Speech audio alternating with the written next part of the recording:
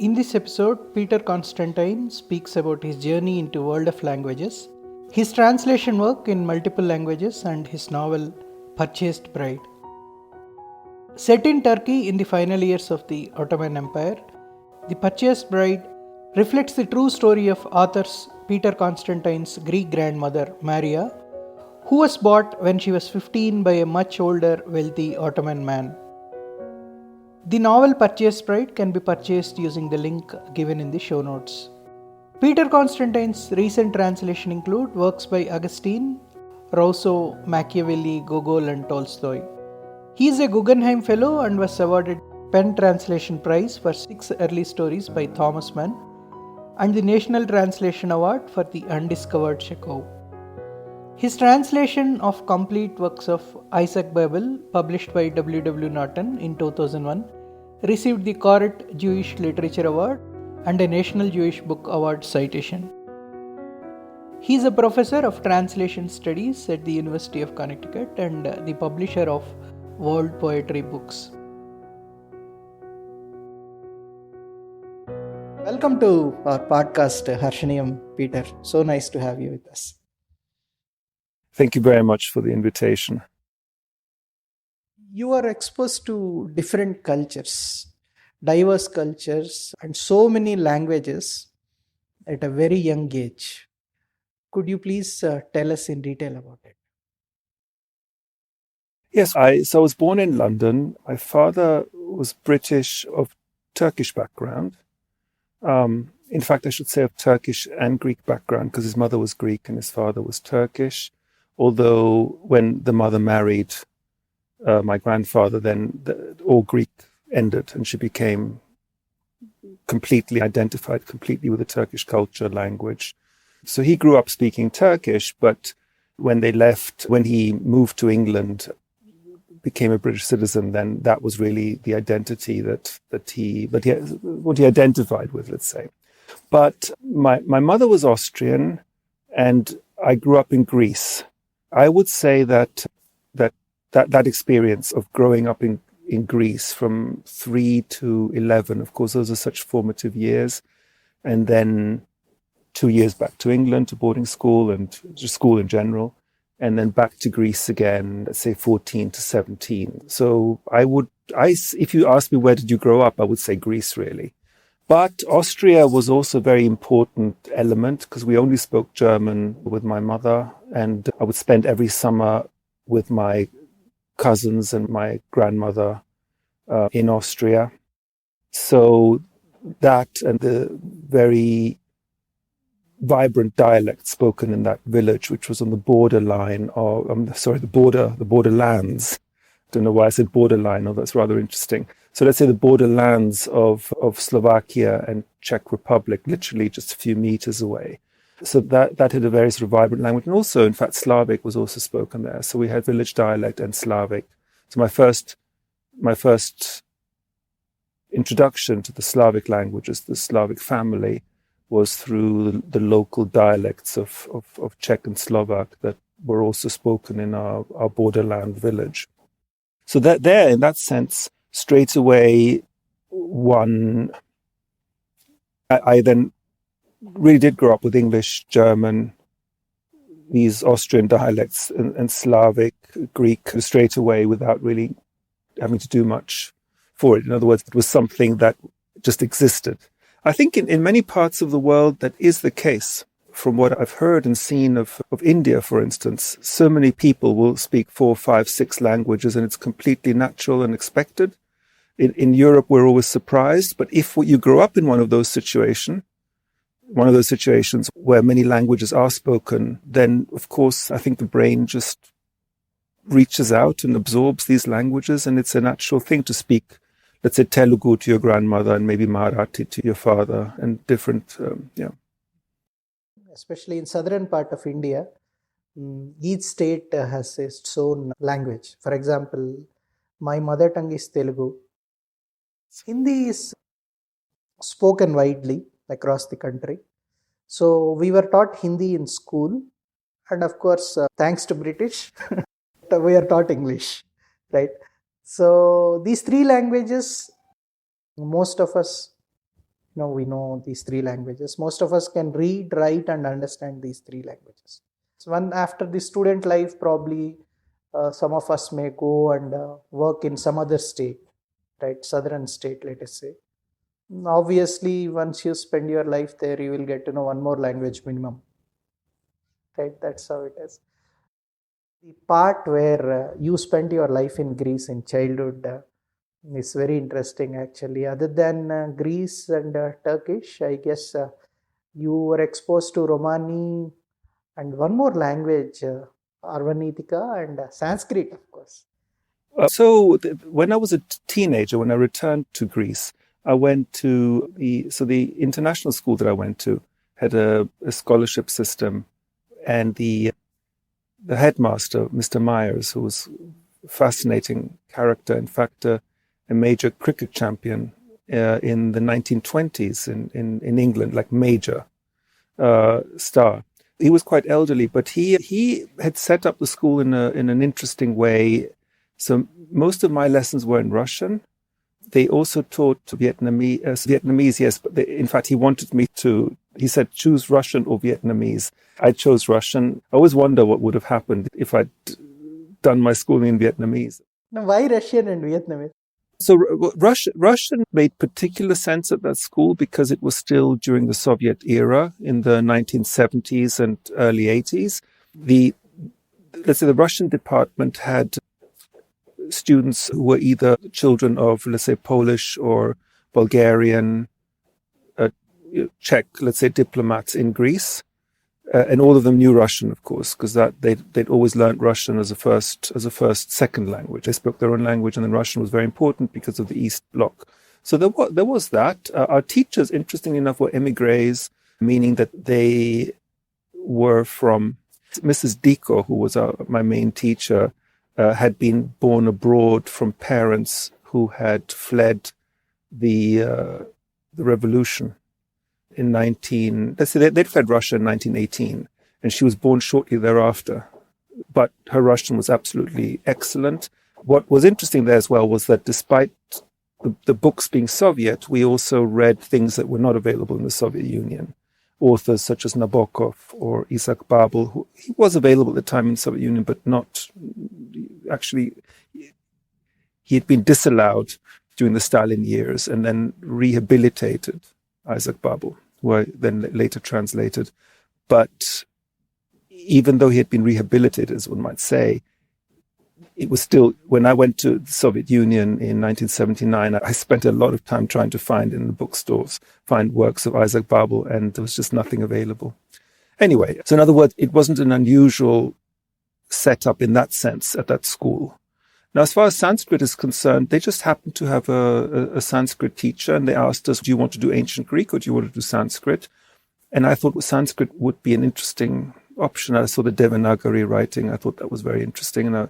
And so as a teenager, we did Sanskrit. Not that I remember much, but what did surprise me with Sanskrit was that, so we lived in a sort of a shantytown area right outside Athens because we had major financial problems. Luckily, I was a scholarship student.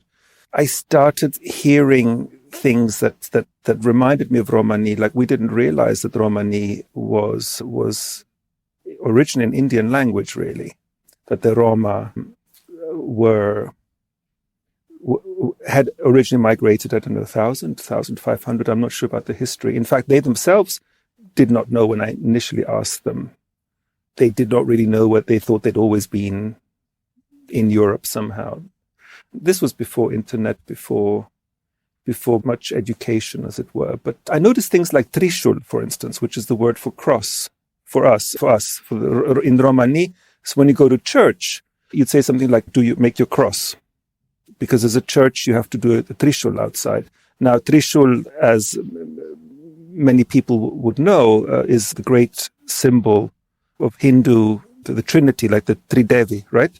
So that the fact that was for me a big surprise. But even words like Rani for Mrs., or I don't know, when counting ek, dui, trin, chtar, panch, those are, I think you would understand those. So we didn't have we used to play soccer, football with all the local kids. Now the Roma at that time, I don't know if that's still the case, actually, but there were large areas that were like fields, and they would bring their tents and stay there for a couple of months near where we lived, and then they would move on. So we didn't really interact all that much, but from the interactions and from hearing the language they were speaking.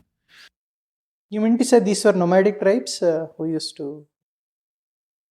No, they are. Generally, the term gypsy, for instance, which now is not acceptable, although I will say in Britain, it's a term used by the Romani often for themselves, that the gypsy language, gypsy jib, as they would call it, even though it's a problematic word, it's often used by the community in itself.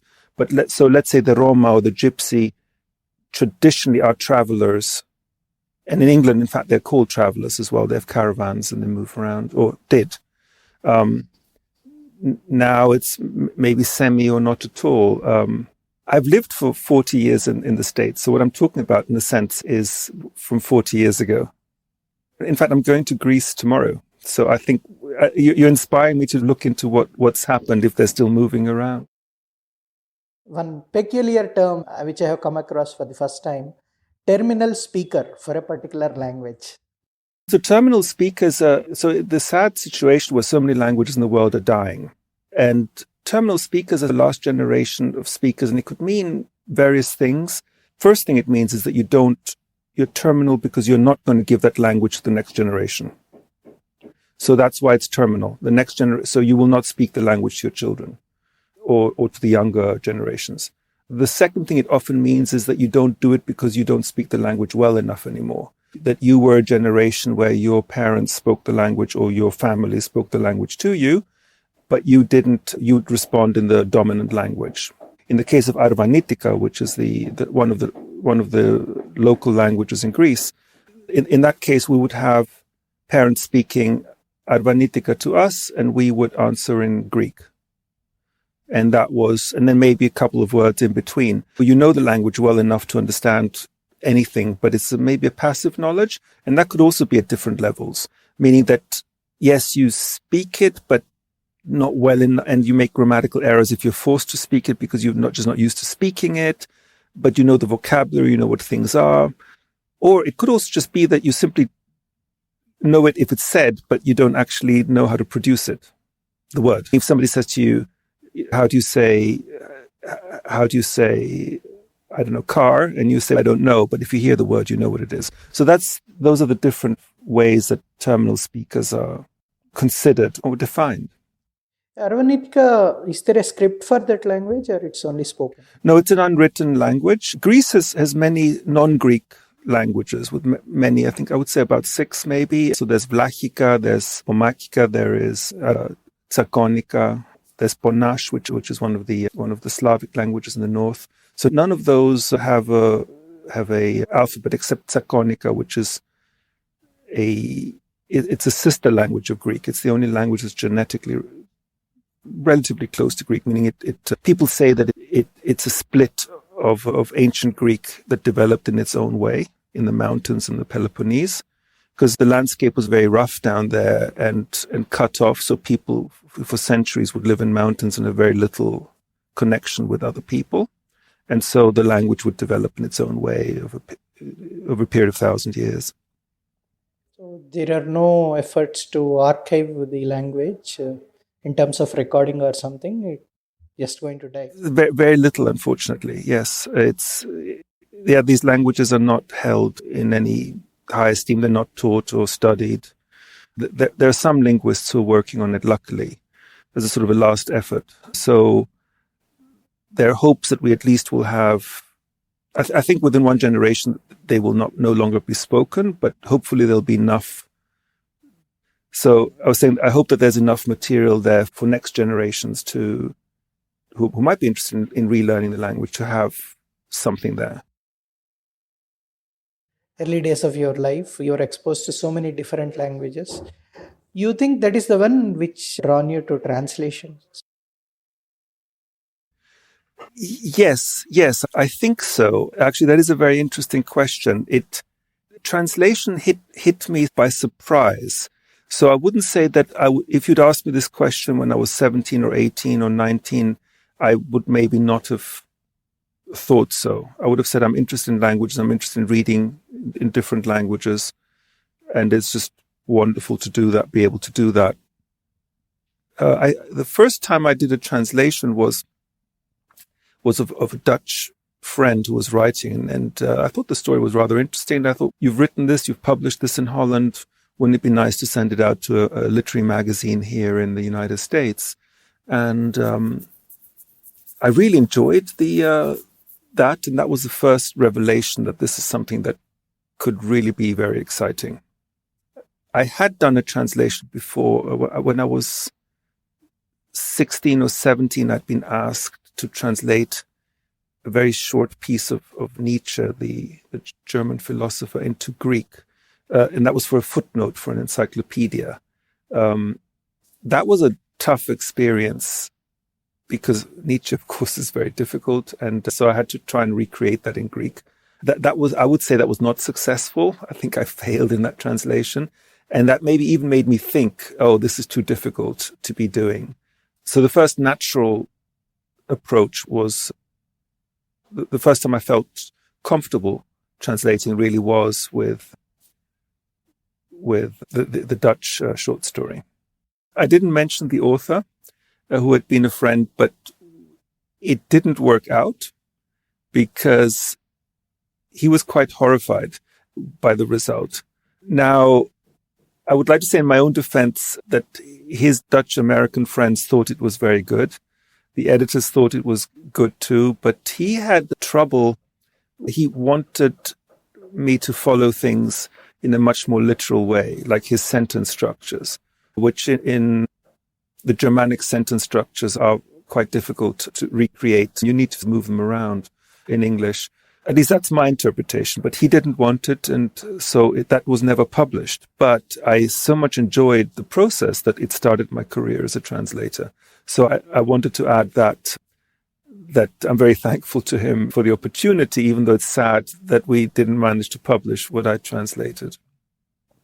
That is from Dutch to English, right? Dutch to English translation. Yes, that's from Dutch to English. And I found in retrospect, because now I'm doing quite a few translations. In the last 2 years, I've been working translating into modern Greek. And there, it's a very different experience because when you translate into English, most of the writers, you're translating no English to some extent.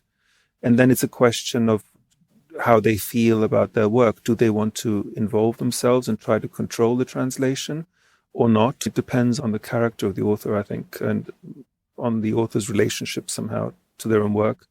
Now, there's much more freedom when you translate into modern Greek because you can do as you please. Now, that doesn't mean that one is more casual, but there isn't that trouble that the translators into English often have, where authors say, no, this is what I mean, you need to say it this way. And then, of course, you start having trouble when it's unidiomatic with back and forth.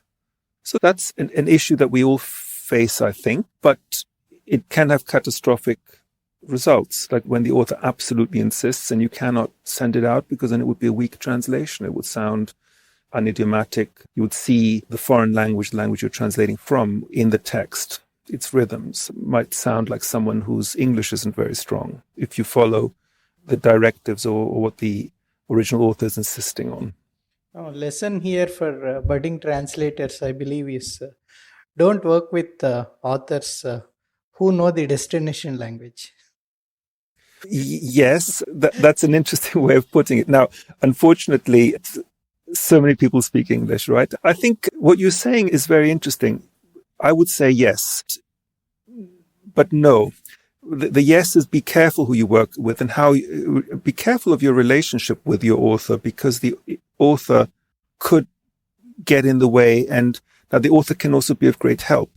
I have relationships with authors where I'm very happy to ask them, what did you mean with this? And they will then let me know, but they won't tell me how to say it. They won't say this is wrong. In some cases, they might say, you've misunderstood. This is what I meant. Could you fix it somehow? And then that's very useful. But if you if you have an author who really insists that you do certain things, first of all, it becomes a fight. In a fight, I don't mean this I don't mean it in a physical way. What I mean is that they say, no, this is how it has to be in English, but then why? And then you have all this correspondence. It slows things down. It becomes things grind to a halt as you try to explain why you're doing things. So that was my first experience in translation, which ruined the project, but which also made me very careful for the rest of my career in the subsequent 35 years to be very careful how I handle authors and how I interact with them.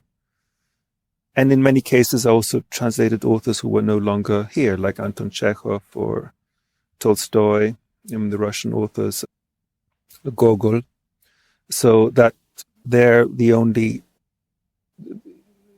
response you might get would be from Russian readers who might agree or disagree, but the author is not there to involve him or herself. When you talk about these 19th century Russian authors, there are several versions of translations already available. And do you go back and read them? I try not to because, in fact, when I say I try not to, I don't. There are two schools of thought there. I think some academic translators want to know everything and then work. I prefer to know nothing and work from the text freshly. I think the problem is that if you're looking at someone else while you're translating, it's easy to fall into the trap of saying, oh, this works well, and then copying it out. Oh, this works well, and then copying it out. So that could border on plagiarism, but maybe let's not be that extreme, but let's just say, okay, you're following what somebody else has done. The second thing I've seen, actually, when I actually do comparisons of translation from an academic perspective, is that people will also have reacted to the text. But if the original translator translated something in a specific way, then they will translate it in another way, regardless of whether the original was the right way of doing it. So what I mean is, any way you look at, if you're following another translation, you can fall into all kinds of traps, either copying or reacting against the saying, no, that's already been done, let me do something different. And either way, your translation can suffer from that. The great translator Robert Fagles was known for looking at everything as he translated. In fact, in his office, he would have stands when he was translating the Odyssey or the Iliad, there were stands of almost every translation you could think of, and he would look at them all, and yet his own translation was spectacularly original. So it depends. For him, this was a perfect way of working, which is why he was such a successful translator. For many others, it might not be such a good idea. One of the first books that you got published is about Japanese street speech. So in the 1980s, Japanese had become, Japan had flowered out and become a major power. Everyone was learning Japanese, but it happened relatively suddenly, and there were very few grammars of Japanese at the time. They were very competent, but they were also very formal. One really needed a book that just had street speech somehow. How do teenagers greet each other? It was actually, the book was called Japanese Street Slang. So there were also sexual slang, drugs, prostitution, just all the kinds of language that would not be covered, let's say, in a normal textbook, or the language that maybe wasn't readily available. In some cases, language that even the Japanese, you wouldn't find it in the Japanese dictionary. The very first thought with doing Japanese street slang was really just doing a book that had maybe a little bit on the wild side, but just natural speed. But I got carried away. And then there was more and more sex slang, drugs, pornographic moments in there as well. Anything that you wanted to discuss in Japanese that would not be in the grammar would be in there. So how was the response? There were some teams that came in from Japan that wanted to find out who I was. They thought I was Japanese, pretending to be a foreign writer, so that I was interviewed a lot. The Japan Times, the response was very positive. One thing that I did, the way I wrote it, in order to defang the sharpness of the book, was that I tried to have a little bit of humor. I wrote it in a literary style, or at least that's what I tried to do as well, explaining cultural aspects. I remember the Japan Times sort of focusing in on that it was written in a sort of with a surprising literary tone for the kind of book that it was. But the critics, I think the reason they were positive was because it was something that was really important and that was missing for various reasons. The book was also adopted in linguistics courses in universities. So even though there were some aspects of it that might be considered shocking, students were studying the patterns, the grammar of street speech, which simply just was not documented anywhere else. All in all, what are the different languages that you translated from so far? The most, by page count, I would say most of the translations I've done have been from Russian, then German, which is my mother tongue. I did quite a few translations from that. Interestingly, initially, I was frightened of translating from German because I thought it was too close, which is why I preferred to translate from Dutch. It was one of my very first translations were from Dutch. I felt I needed a bit of distance.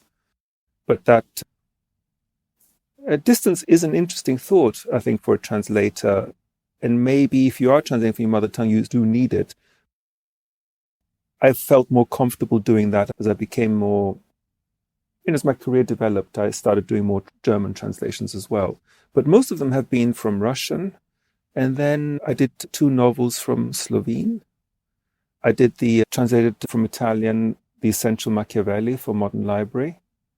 And then from French, The Essential Rousseau. Mainly European languages, not Japanese, because even though Japanese was the first language that specialized in, as one might say, although a very specific aspect of Japanese, I never learned to read it well enough to be able to do literary translations.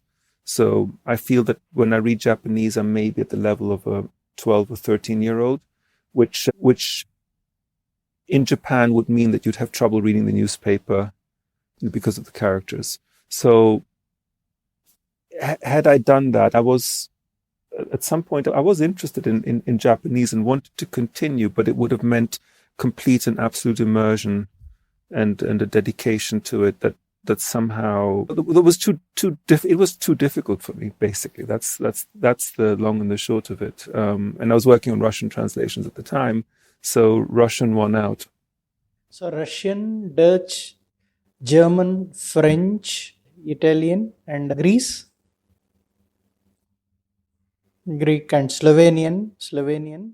Yeah, now recently I've been translating quite a lot into Greek and into German. So that's a new venture in the last 2 years. All these books that you have translated, it is these books you choose them to translate or are they commissioned? Recently, I choose and suggest. So that's a recent thing. In the past, so I've been a professor of translation studies at the University of Connecticut now for 7 years. Before then, I did only translation work. That was basically my career. And before the university, I would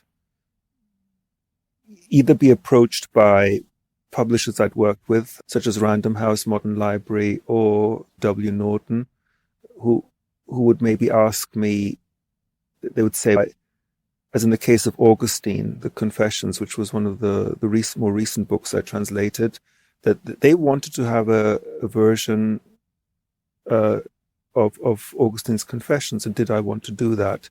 So it went 2 ways. The other way would be, I would say, I think this author, as with Anton Chekhov, for instance, these stories here have not been translated, and Anton Chekhov is one of the most important short story writers. We should have a wider range of his work available in English. So that was my own suggestion. So it goes in different ways. But now that Now that I'm an academic, I can be a bit more experimental than I could be when I was a professional literature translator, meaning that was my full income. I could do books. I can do now books into modern Greek or German that don't need to be so mainstream. They don't need to become bestsellers, let's say. So the university supports it when you want to get them published, or how is it? You have to go and pitch in with publishers. Oh, the universities encourages its professors to work in their field. So in my case, I'm encouraged to do translations and also write about translation. So that kind of support in academia is very, very useful and helpful. And we have some space to work. Now, for instance, I'm on sabbatical this semester, so I have a lot of time to do translation work, which is, yes, that's a direct support from the university, which gives you several months to just do exactly what you need to be doing. I have very good editors in Greece, which is why I'm also confident to translate into Greek. It's a language I grew up with, but I have lived in America for 40 years now. So even if, let's say, you can speak a language and people will assume that you are Greek because you grew up there, if you haven't lived in Greece and are not constantly involved in Greek, it is a little bit of a dangerous venture, unless, I would say, you have very competent editors you can work with. And that's given me the courage to do that, because it was something that I wanted to do, both for Greek and German. So had you asked me 10 years ago, would you ever translate into modern Greek? I would have said, no, absolutely not. Because you need to choose the language. You need to commit to a language. And I've committed to English. All my translation is into English. That's my specialty. So I'm very happy now that I'm given the chance to experiment and go back to my original mother tongues after all these years and work into them. But as I said, I wouldn't do it if I didn't have very good editors who help there. So the editors is very useful, the group work. So what would you say when I ask you, what is your mother tongue? Yes, I would say German's my mother tongue. Maybe I have maybe I have two mother tongues, Greek and, no, I don't know. Actually, okay, German's my mother tongue. Yes, no, it's hard to say because I only ever spoke German with my mother. She became Greek later on. She took on Greek passport, but her Greek was never very good vocabulary, but she had a German accent and would make grammatical errors. So it's hard when I hear the word mother to identify Greek with her. But, so yeah, German's my mother tongue. So if there is something called father tongue, what was your father tongue? Then English, actually, because my father would not speak Greek with me, even though he spoke Greek. My father was worried that every time I learn a foreign word, I will lose an English word. So he was not happy that I would speak German. He tried to discourage that. In fact, he'd been a major in the British Army and had fought in Egypt during World War II. So German to him was a terrible experience. But with my mother, we just spoke it all the time. So it was like hearing the language of the enemy in his house. But he married my mother, so that was part of the deal. What of all these languages, which one do you think is most amenable for translation into English, and why? The European languages, the Germanic languages, maybe this goes for any language. Languages that are closest are probably the easiest to translate in many ways. And as you start moving away into different language families and different cultures, it gets a bit more difficult. Even that one example where you brought up the aspects of Trishul and what Trishul is. Now, if I were translating from one of the Indian languages, a cultureem like that, which would mean that it's a unit of culture where in that language, Telugu or Marathi or Gujarati or Hindi, the reader knows exactly what it is. It comes with a very rich baggage, that word. What are you going to do when you translate into English? And that can happen in every sentence. So that's what I'm trying to say. The further the languages are apart, culturally and linguistically, the more problematic that could become, or more of a challenge. Whereas if you're translating from Dutch and German, Frisian, which is technically the closest language to English, it's spoken in parts of Holland. These nations have been interacting for hundreds of years. The languages are quite close. So I would say that's a bit easier to translate. What is your translation workflow, and has it changed over the years? Yes, actually, my workflow, the way I translate, has not changed, actually. I was worried initially, if you'd asked me this at the beginning of my career, I would have said, please ask me something else, because I had a bit of a bad conscience. I would either read a book and then decide to translate it and then try and forget the book because I want to experience it again, or if possible, not read it and just experience it. Now, that can sound quite shocking, I think, to some people. But what gave me courage was that the great translator Gregory Rabassa, who's probably one of the most important translators in America of Spanish, Latin American literature, he had said, I try never to read the books. I translate word by word and I want to experience it. And when he said that, that gave me courage. And I've realized ever since that there are some people who will work that way and need to work that way, and others who absolutely need to do it the other way around, which is to study the book, maybe study the author, maybe read the complete works of the author, and then start working. For me, I'm worried that I might jump to some conclusions when I do that, and that might affect me.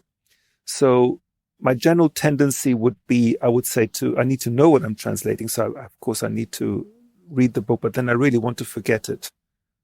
And I seem to have managed to develop that kind of amnesia that I have no idea what it's about, and then experience it page by page and the general way I work would be I translate maybe 2 or 3 pages. I work relatively slowly. I would try to do 1,000 words a day. When I was a professional translator, and that almost never worked. It would always be 800. So very slowly. And then after I had 3 or 4 pages, go back again and read them again with amnesia, like this is somebody else's work and I'm correcting it.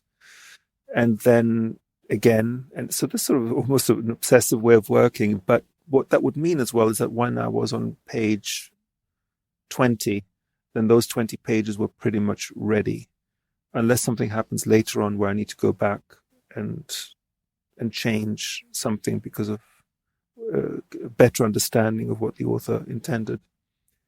But people work in very many different ways. Some will do a very rough draft of a whole novel and then go back and clean it up.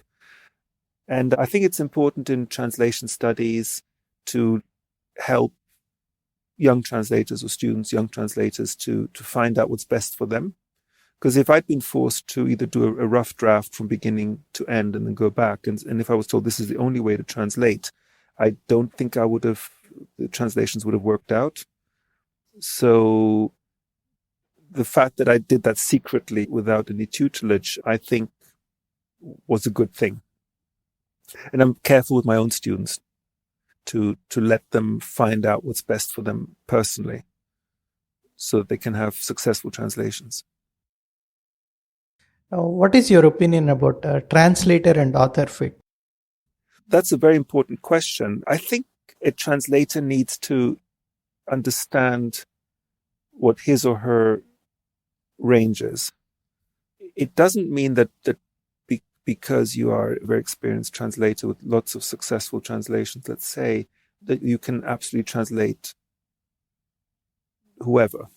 So maybe the most successful translators are those who know who they can translate, and people who work on projects that are not a good fit then falter. That's probably a very obvious thing to say, but it's interesting to see how many translators are not aware that maybe it's not a good fit. For instance, there's certain authors that I would never dare to translate. Franz Kafka is one, the great Kafka. It might seem simple and direct, but there's so much happening in every sentence that I don't think I could catch those 3 or 4 or 5 layers of sentence. So I would avoid translating him personally. On the other hand, complicated writer like Chekhov, I feel very comfortable with personally. So regardless of what people might think of my translations of Chekhov, he for me is a very good fit. And there, I could do over 1,000 words, because it was like he took me by the hand and dragged me along, and flying high and translating with a sort of with a joy, particularly as these were also comical stories with amazing comical timing. So it was just very enjoyable, very good fit for me, from my perspective. So what you say is more important than many translators realize, that the fit has to be right. You need to understand.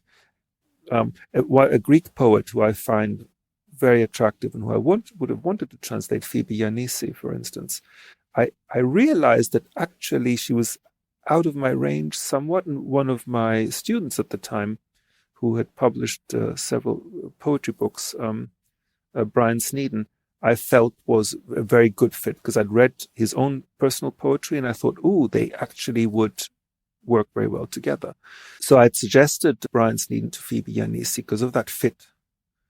And initially, even though she might have been surprised that I would have suggested a graduate student to translate her, she immediately noticed that, yes, actually, it was a very good fit. And now I think they've got their third book coming out with new directions. Yes, we translators need to be aware of that. You've hit on a very important point. You had a long and fulfilling career in translation. What are the changes that you witnessed over the years in the field of translation? As far as the identity of the translator is concerned, in the 1980s, we still had situations where the translator was, we still do now, unfortunately, but things have changed. Let's say where the translator was discarded, maybe not mentioned. It was very rare to have a translator mentioned on the cover of a book.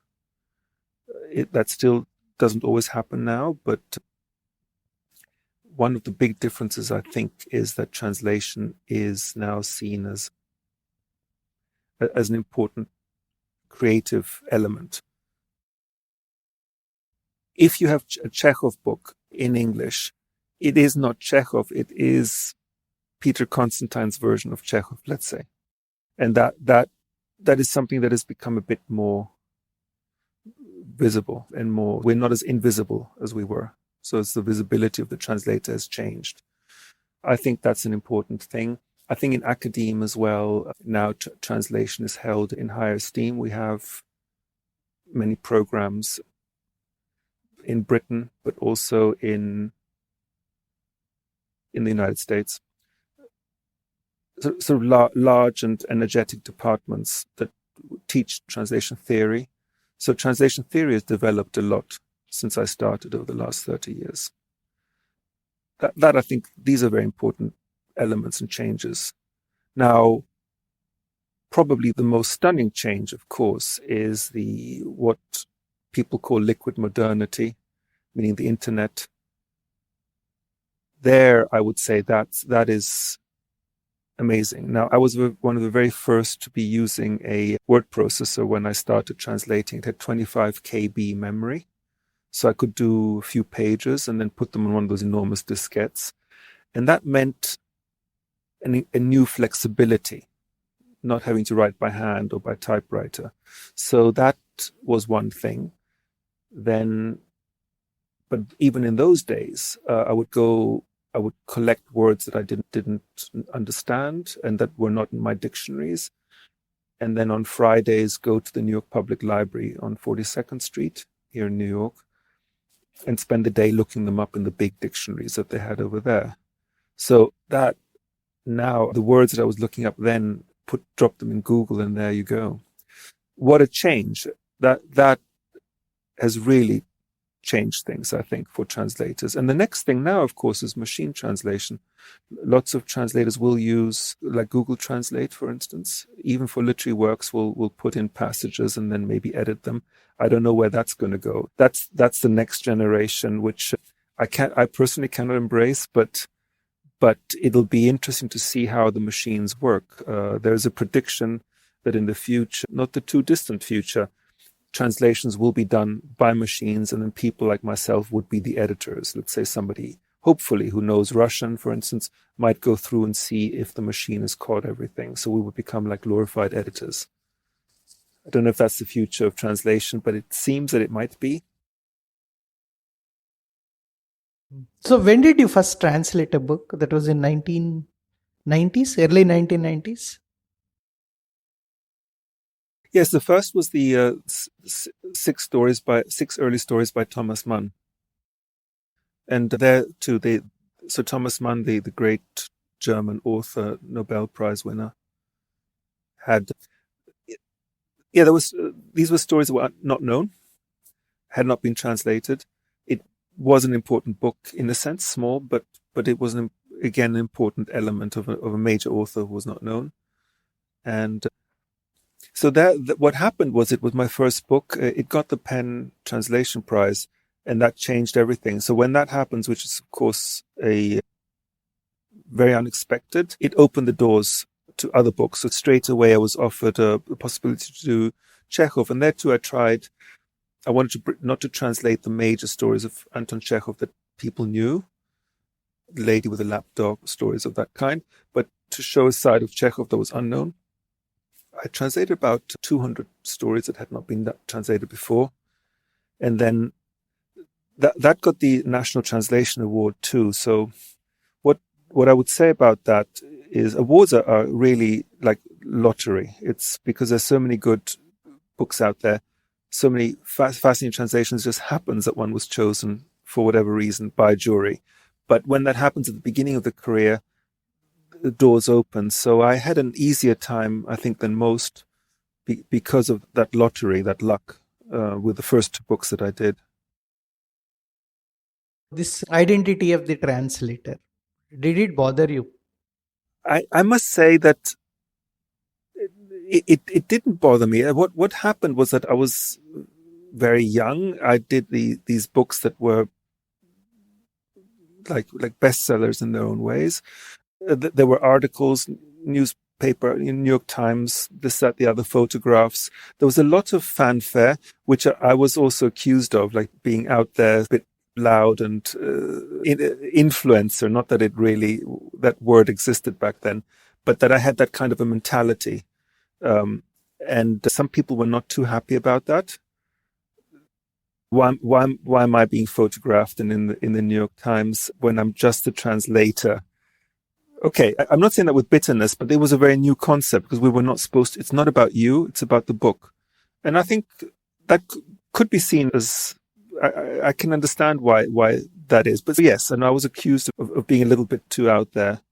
But I also wonder. I think I was one of the first generation where translators did come out into the forefront, despite those accusations. Maybe it was a good thing. And now you see these superstars, young translators like Anton Her, for instance, who are very much the star, much better known than the actual author. And I think that's a great thing. So maybe maybe it was not such a bad thing after all. Yeah. I came to know about Borachang very late. Cursed Bunny. It's a Yes. wonderful book, actually. I read it. So Mm-hmm. it was about Anton Her. Then I came to know there is an author called Borachang. Yes. Yes, yeah. People like Anton Her, who write so much about translation in such an energetic and fun way, and have a great following, influencers, yeah, if you want to use that word. I think that's great. So I'm for it. I'm absolutely for that. And I think it's wonderful there's a new generation of interesting, attractive, fascinating people who are working, where you're interested in that person. It's the antidote to the invisibility that we grew up with. Tell us about your publishing house, Word Poetry Books. Yeah, so World Poetry Books it's a press that specializes in poetry in translation in English. That's all we do. And that kind of specialization is something that I have wanted to. It's been something that's been a burning interest for me throughout my life. Being at the University of Connecticut and having that opportunity to start the press in connection with the University of Connecticut was something that academe brought that I was very pleased with. How many books you published so far?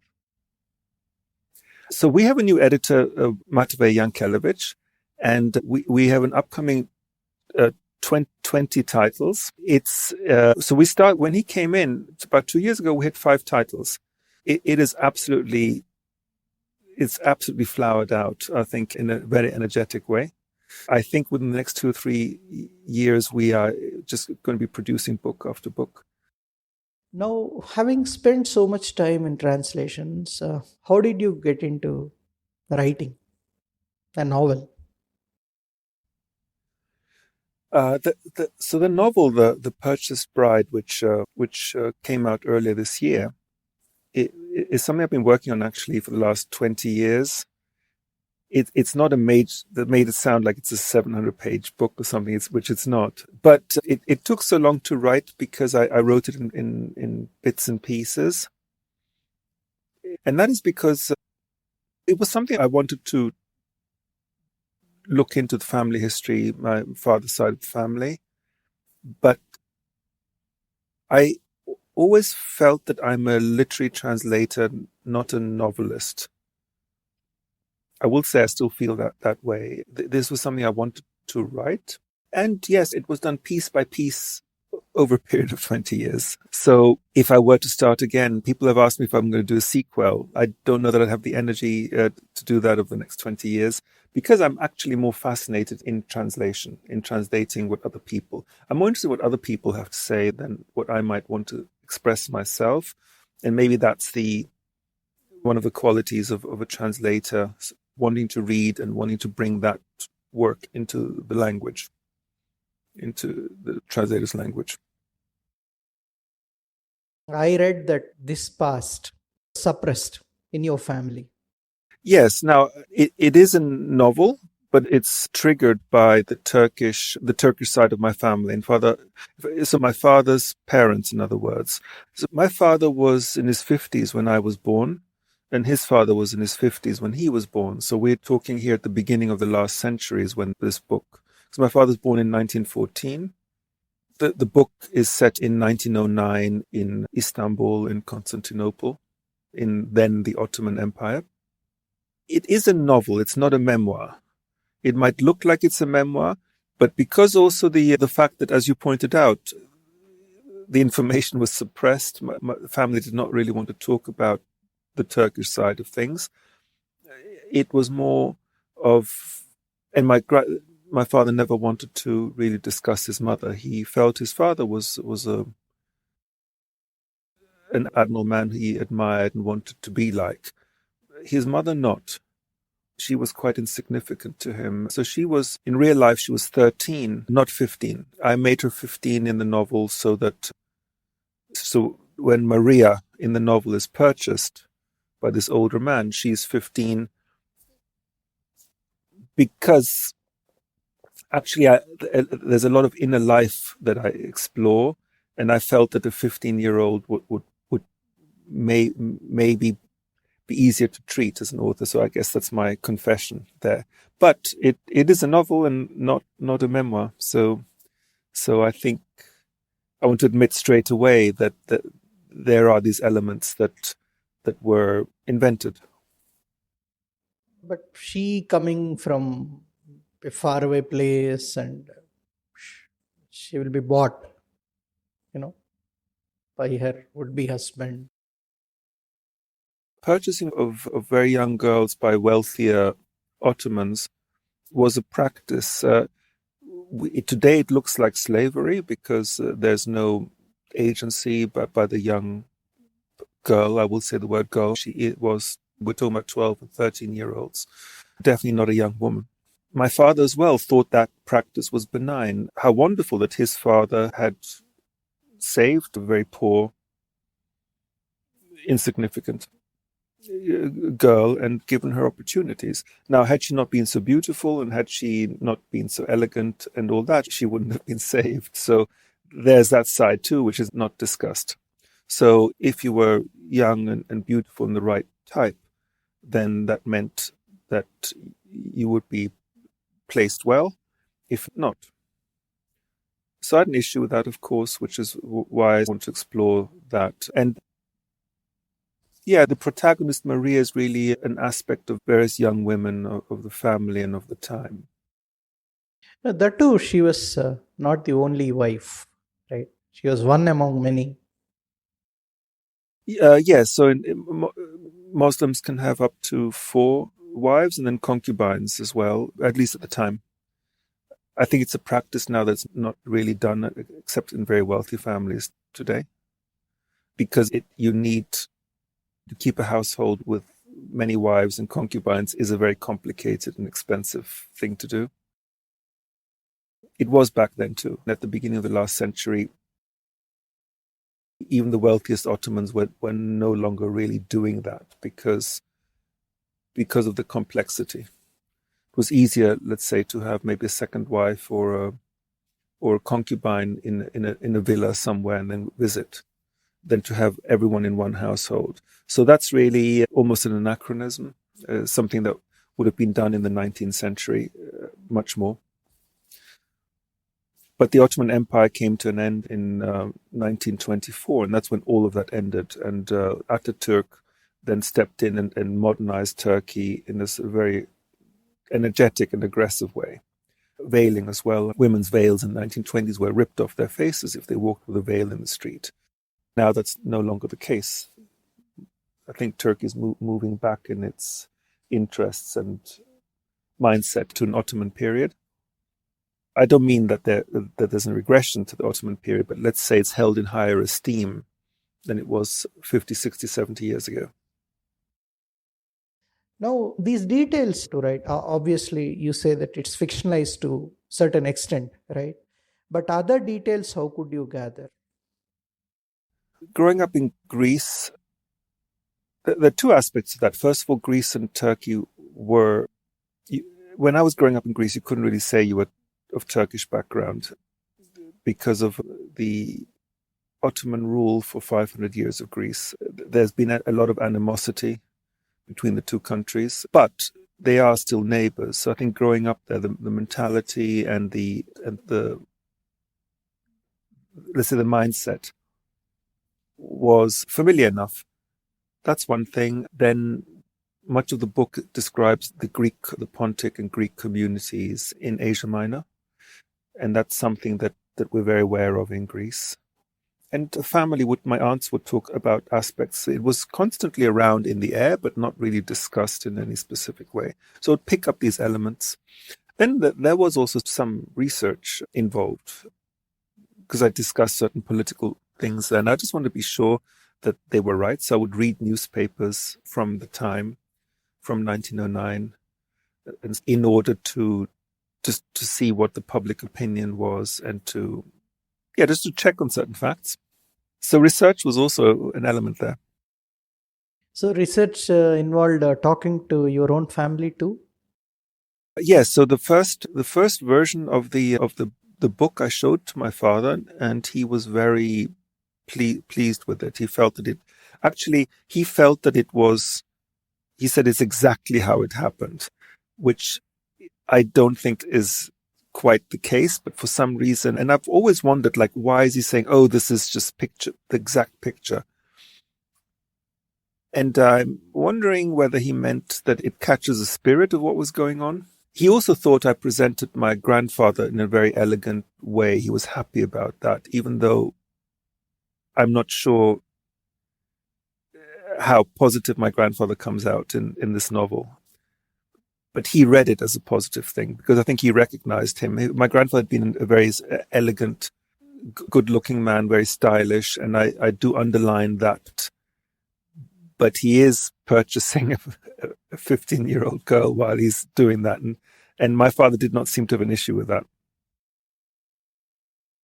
So other family members read it too? Who? Your father, sisters, brothers, your aunts or uncles? So if my father were alive now, he would be 109.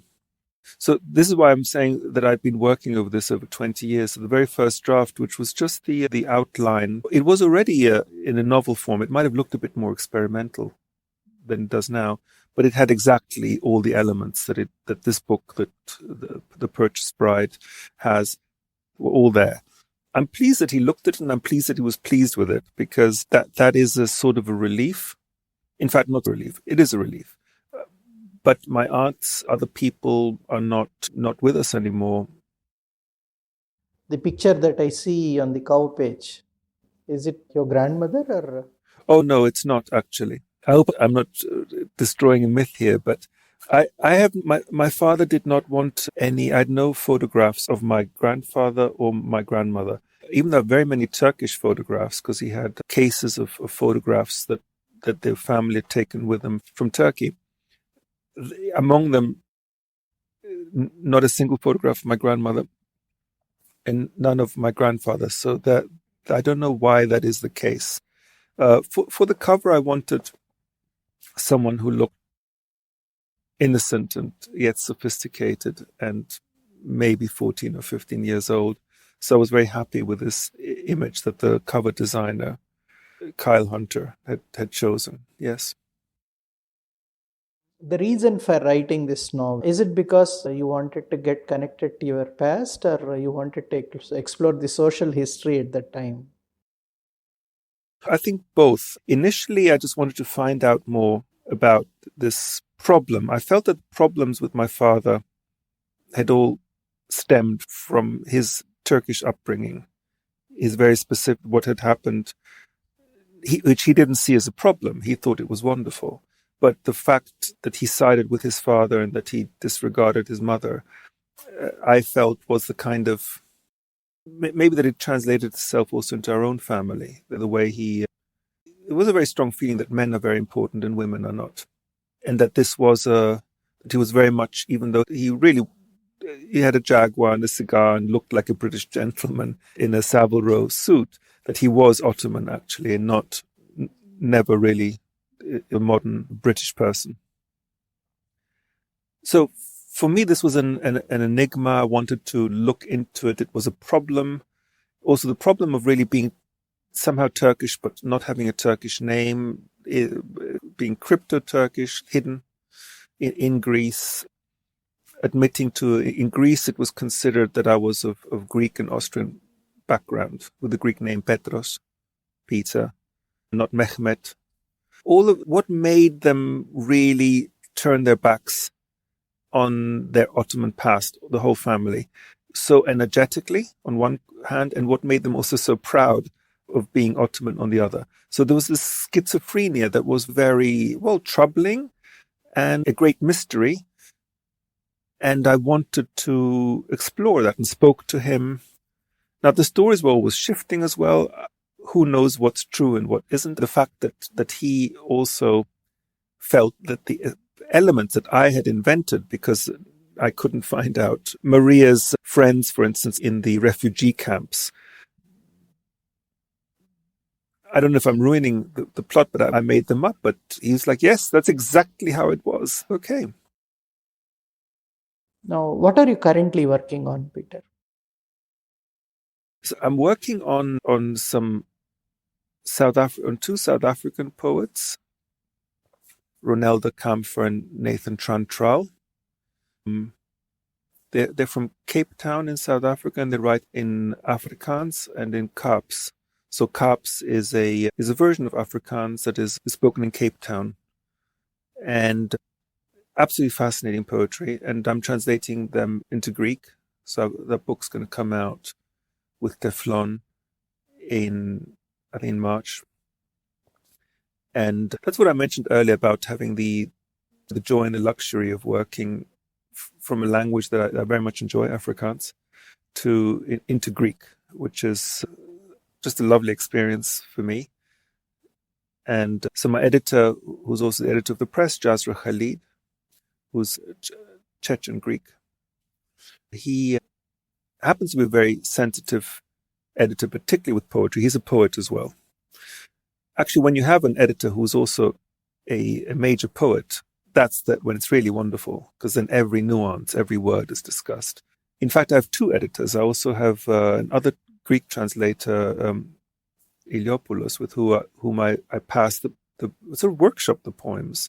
Now, that's actually something that's new as well, and I think done much more now than it used to be done, where people work in groups on translations and share the translations and discuss things. So I think from having been quite an isolated craft back in the 70s and 80s and 90s, is becoming more and more of a group thing where people work together, and it does make sense. So I'm very happy about that.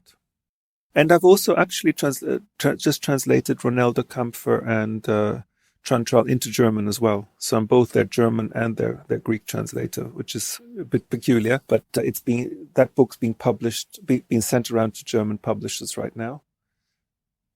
Finally, could you please read a paragraph or two from Purchased Bride? The viewing, summer 1909, Constantinople. My grandfather walks down the long corridor to the room where Maria and the other two girls he has purchased are waiting to be viewed. Maria has not seen the other girls before.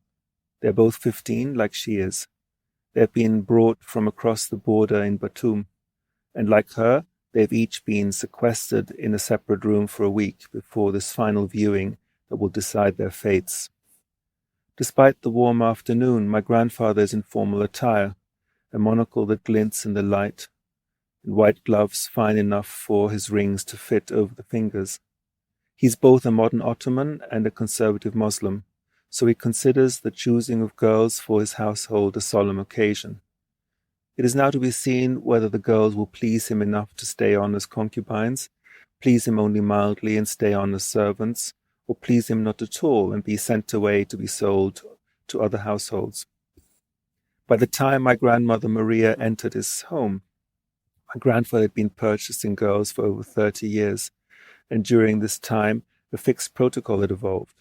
He and his first wife, Grandmother Zekieh, whom he married when he was 20 and she was 16, review the girls together, each with their own set of priorities. Grandfather looks for beauty, grace, European features, a lean but busty line, a natural demureness, and what he calls a many-pronged wit. Once a girl is accepted into his household as a concubine, she's there to stay, and within a decade her wit might be her only recourse against the fading of her charms. Grandmother Zekieh views the purchased girls through a narrower prism. Her eye probes torsos and thighs in search of imperfections a man might not immediately notice.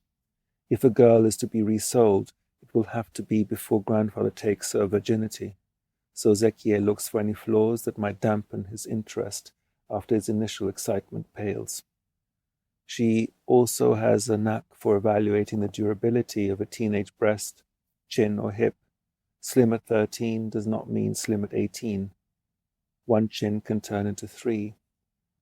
A girl might be prone to pimples, which is acceptable, even charming, but only if the pimples are not the kind that leave blemishes. An equal important purpose of Zekieh's inspection is to determine if a girl will fit into the inflexible hierarchy of the household.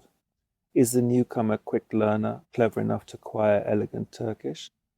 Will she be good at taking direction? Will she manage to keep a pleasing individuality, but still bow to the senior women of the harem? In the 3 decades that Grandmother Zekieh has been running grandfather's household, no wives, concubines, or maidservants have entered the harem without her approval. But her choices have always been right, and grandfather has always been pleased with them. Many of grandfather's peers have found life at home a strain, their peace soured by ill-tempered wives and warring concubines. There's a growing trend in Constantinople and the larger towns of the Ottoman Empire for even the wealthiest men to turn their backs on the Islamic dispensation that allows them 4 wives and as many concubines as they can afford to keep, and instead to limit themselves to 1 wife and perhaps 1 or 2 women outside the house, women they keep in private villas and visit secretly. Zekieh prefers the old ways that allow her to keep an eye on things. A well-run house can make its master's life pleasant, and grandfather has found himself able to avoid the drabness of marital monotony through the occasional introduction of fresh faces into his home. The drawing-room door opens and grandfather enters. Zekieh puts down the book she has been reading and hurries over to him. She too is dressed formally, in a floor-length evening gown. She holds her ostrich fan to her cheek, whispers something to grandfather in French, and then points at the three girls who are standing by the large window that opens out onto one of the harem gardens. Grandfather smiles and whispers something in reply, at which she pouts playfully and taps him on the shoulder with her fan. She hangs her arm into his, and they walk across the drawing room toward the frightened girls. The girls, though unveiled, are dressed in long silk jackets that reach to the floor. Their first appearance before grandfather is to be in the guise of modest Turkish maidens, the kind with which an Ottoman gentleman might wish to fill his household. They are an attractive assortment, Grandmother Zekia says in French. That they are, grandfather replies. I am particularly pleased with the green-eyed one, Zekia continues, pointing her fan at my grandmother Maria. Shall we view her first? They walk up to Maria, who looks directly into grandfather's eyes and then slowly lowers her gaze, as Zekia told her to do when she prepared the girls for viewing. Your future master will want to see your eyes, Zekia said, but only for an instant. A girl must not stare into a man's eyes for too long, even if he is to be her master. She speaks a pretty Turkish, Zekia says. It's a strange and un peu tartare, but it's pretty. Greetings, I'm Mehmet, grandfather says to Maria. Greetings, Maria answers, looking up again, though she is not sure whether she is supposed to. His monocle catches her eye, and she is amazed that the round piece of glass can remain in place. He is older than she expected. There's silver in his hair. She thought that her future husband would perhaps be her brother's age, but now realizes how foolish that thought was. A great man, a grandee, would be one who has done many things in his life, not a boy. Still, Mr. Mehmet is too distinguished to be a bridegroom, she thinks, surmising that he must be her master's father, the head of a household, who has come to view the girls who are to be the brides of his son. This morning Zekia did not introduce herself to the girls. She just assembled them in a small chamber and with gestures and simple Turkish phrases told them what to do. So Maria believes Zekia might be her master's mother. What if they don't like me and send me away, she suddenly wonders. Greetings, Maria, grandfather says, pronouncing her name in a strange and foreign way. Greetings, I'm Maria, she says, and then smiles, realizing she has just repeated herself. Grandfather smiles too. The most unfortunate part in the whole affair is that his wife supports it, being a woman. From what my father told me, she remained in Turkey when they left, and she wanted my father to return to Turkey. She was in Adana, in a city in Turkey, and for many years petitioned that he be sent to Turkey so she could raise him. So, yeah, I shouldn't say this as the author, but let's say I don't know anything about Zekia except that tragic thing that she would have wanted him as a son. Thank you for such a fascinating conversation. Thank you, Peter. Oh, thank you very much. So you are going to Greece. Happy journey. Have a great time there. Yeah, and I'm leaving tomorrow evening, yeah.